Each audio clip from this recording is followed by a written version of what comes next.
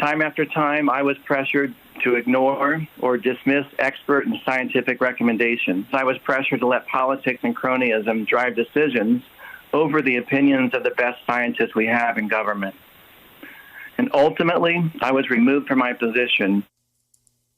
That was Dr. Rick Bright on a call with reporters today after he filed a whistleblower complaint saying he was demoted from his job as a top-level vaccine expert in the U.S. government. He says he was demoted specifically for resisting, on scientific grounds, the administration's campaign to use an unproven drug as a treatment for coronavirus. Joining us now is Deborah Katz. She's the lawyer who's representing Dr. Bright in this whistleblower complaint. Ms. Katz, thank you very much for being here. I appreciate you making time. Thank you for having me. So I understand a little bit because I've read a little bit of the medical literature around chloroquine and hydroxychloroquine and the concerns about its widespread use and the weirdness around conservative media and the president hyping it.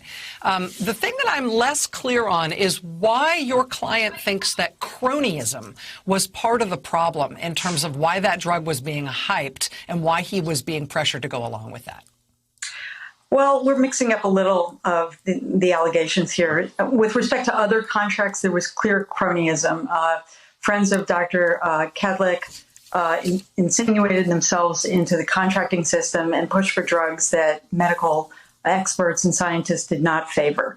And somehow those drugs got approved for the contracts that were very, very lucrative. With respect to the anti-malarial drugs, what we know from other reporting is that the president fell in love with this idea that these drugs could work, even though his scientists told him that there was no scientific evidence, no data to suggest that this was the way to go. And what you see from the allegations in the complaint and from the emails that were attached, somehow people thought this would be a big political win if Bayer donated all of these pills that it was getting from factories in India and Pakistan that were not inspected by the FDA.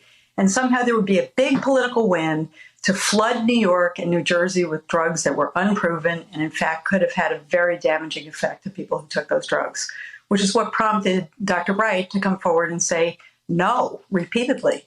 And he tried to do that internally, and that did not work. The administration was not willing to listen to the scientists.